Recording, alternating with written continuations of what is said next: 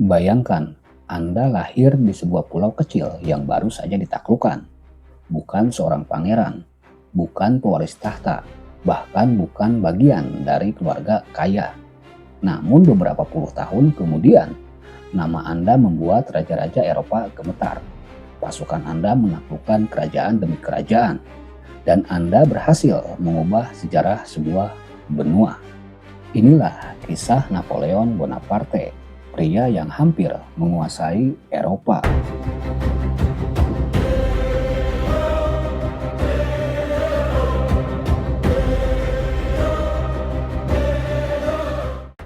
Dalam sejarah dunia, ada banyak raja, ada banyak jenderal, dan ada banyak penakluk. Namun hanya sedikit yang mampu mengubah jalannya sejarah, seperti Napoleon Bonaparte. Bagi sebagian orang, dia adalah pahlawan. Bagi yang lain, dia adalah diktator. Namun satu hal sulit dibantah. Napoleon adalah salah satu tokoh paling berpengaruh dalam sejarah manusia.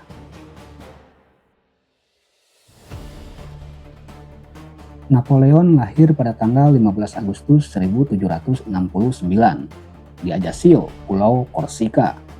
Menariknya, setahun sebelum kelahirannya, pulau tersebut baru saja berada di bawah kekuasaan Prancis. Artinya, Napoleon tumbuh di tengah perubahan besar. Keluarganya berasal dari kalangan bangsawan kecil, namun kehidupan mereka jauh dari kata mewah. Sebagai anak muda, Napoleon dikenal pendiam, sering menyendiri, dan lebih suka membaca dibanding bersosialisasi. Tidak banyak yang menyangka, anak kurus dari Korsika ini akan menjadi salah satu manusia paling terkenal dalam sejarah.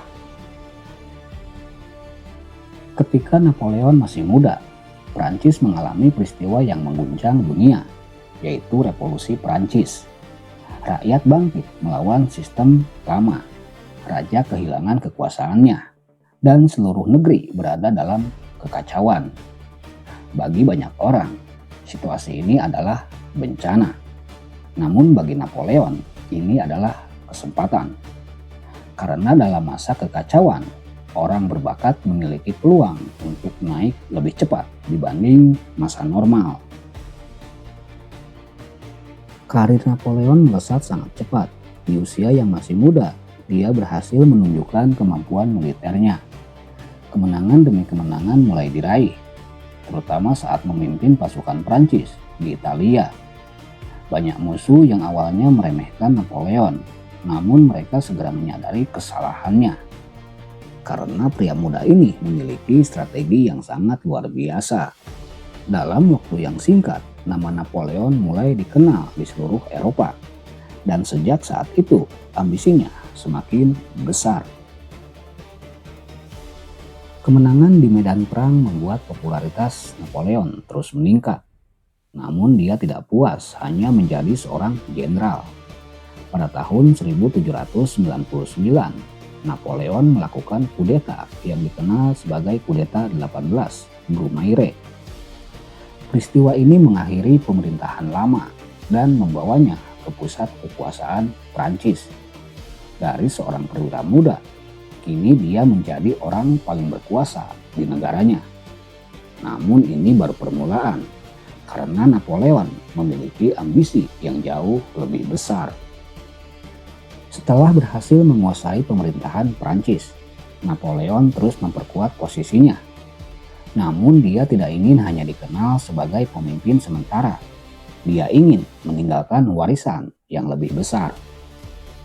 Pada tahun 1804, Napoleon mengambil langkah yang mengejutkan dunia.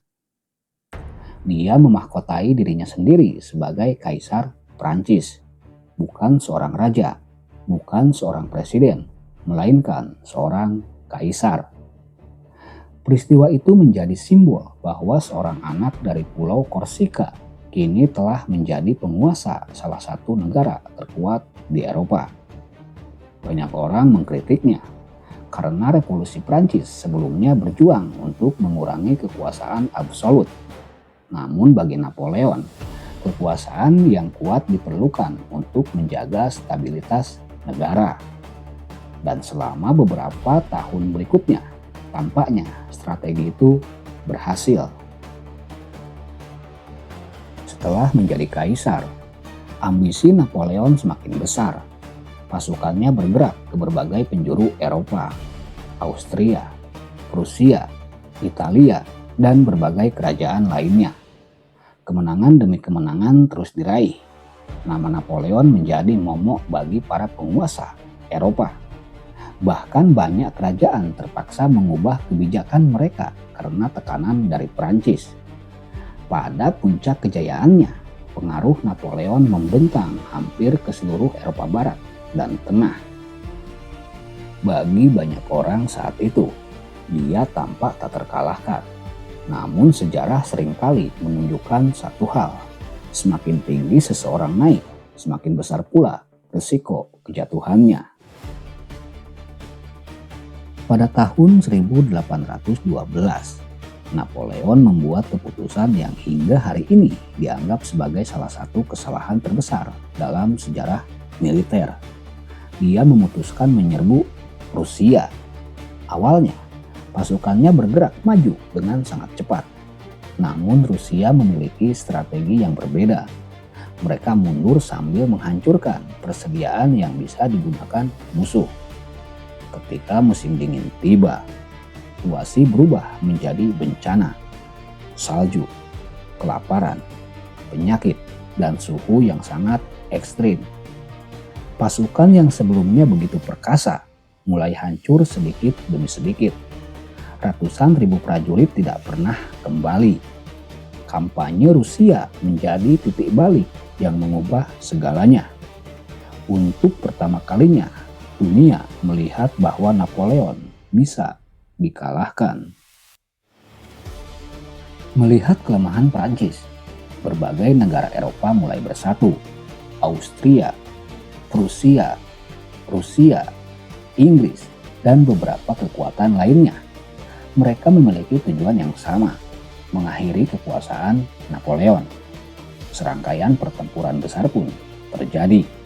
Dan akhirnya, pada tahun 1814, Paris berhasil direbut oleh pasukan koalisi. Napoleon pun dipaksa turun tahta.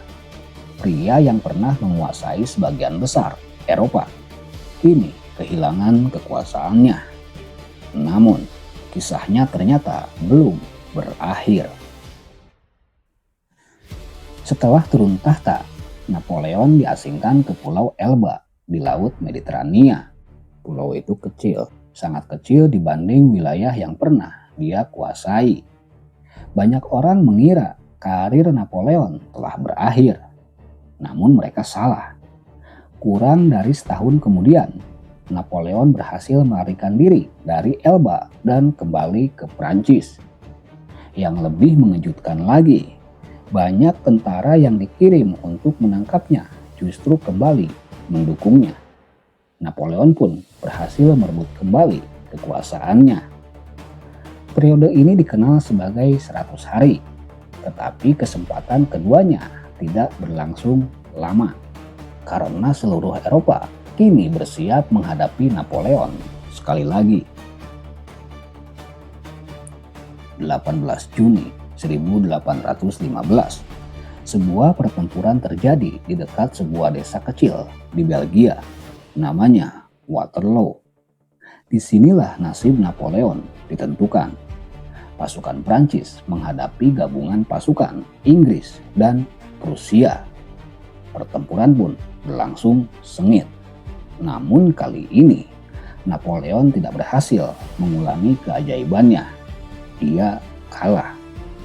Kekalahan di Waterloo menjadi akhir dari ambisinya untuk menguasai Eropa dan menjadi salah satu pertempuran paling terkenal dalam sejarah dunia. Setelah Waterloo, Napoleon kembali turun tahta. Kali ini, musuh-musuhnya tidak ingin mengambil risiko. Mereka tidak ingin Napoleon melarikan diri lagi seperti saat di Elba.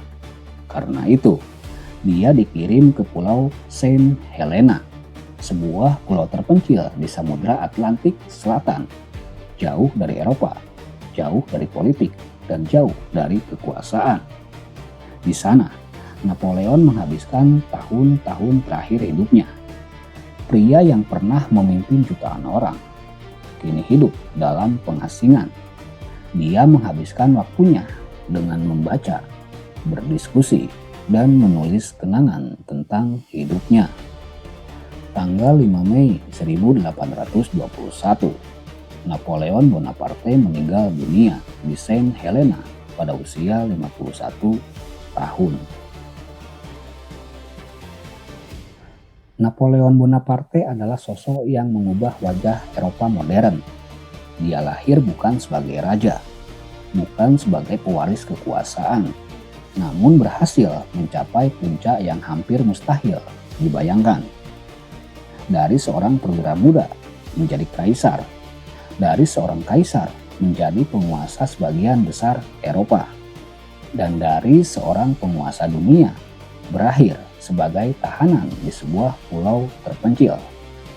Kisah Napoleon mengingatkan kita pada satu hal, bahwa ambisi dapat membawa seseorang mencapai puncak tertinggi.